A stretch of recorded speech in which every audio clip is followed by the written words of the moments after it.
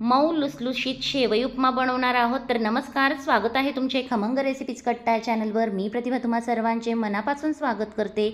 तर आज आपण बघणार आहोत शेवई उपमाची रेसिपी। अगदी सुटसुटीत आणि मऊ लुसलुशीत असा शेवई उपमा कसा बनवायचा, तेही चिकट न होता। तर चला मग व्हिडिओला सुरुवात करूया। तर मी इथं 1 वाटी शेवई घेतली आहे। ज्या वाटीने शेवई मोजून घेतली आहे त्याच वाटीने आपल्याला पाणी घ्यायचं आहे। तर इथं बघा, कढईत तेल घालते आहे। तर 2 पळ्या मी इथं तेल घातलं आहे। तेल गरम झालं की पाव चमचा मोहरी आणि पाव चमचा जिरं घालून घेऊया। जिरं मोहरी तडतडली की आता यात कांदा घातला आहे। 1 कांदा बारीक कट करून घेतला आहे। कांदा व्यवस्थित परतून घ्यायचा आहे फुल फ्लेमवर। आता यात घालते मी शेंगदाणे। शेंगदाणे ही छान असं परतून घ्यायचे आहेत, म्हणजे व्यवस्थित तेलात तळले जातील। तर हाय फ्लेमवरच मी हे परतून घेते आहे। आता यात घालायची हिरवी मिरची। तर 1 हिरवी मिरची कट करून घातली आहे। 1 टोमॅटो बारीक कट करून घातला आहे।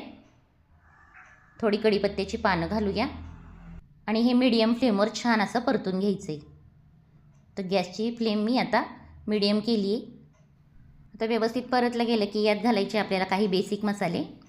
तर 1 चमचा बॅडगी मिरची पावडर घातली आहे। 1 चमचा गरम मसाला घातला आहे। पाव चमचा हळद घातली आहे। चवीनुसार मीठ घालायचं आहे आणि इथं मी पाव वाटी फ्रोझन मटार घेतला आहे, तो सुद्धा घालून घेतला आहे। आता हे व्यवस्थित मिक्स करून घ्यायचं आहे। तर मीडियम फ्लेमवर मी हे 2 ते 3 मिनटं छान परतून घेणार आहे। तर हे छान परतून झालं की आता आपल्याला यात घालायचं आहे पाणी।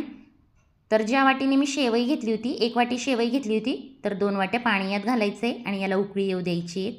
तर हाय फ्लेमवर ही उकळी काढून घेणार आहे।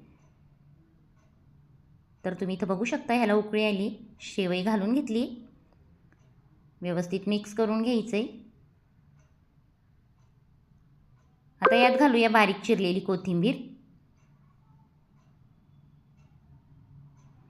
छान मिक्स करून घेऊया आणि 2 मिनटासाठी मी याला झाकून ठेवणार आहे।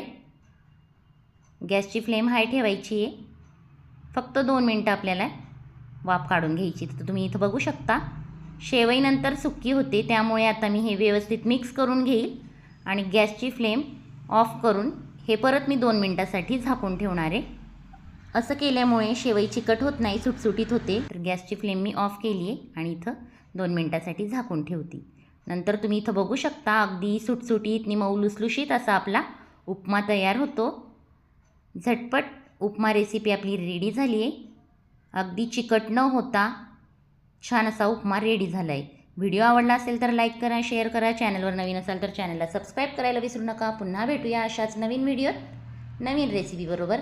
तोपर्यंत बाय।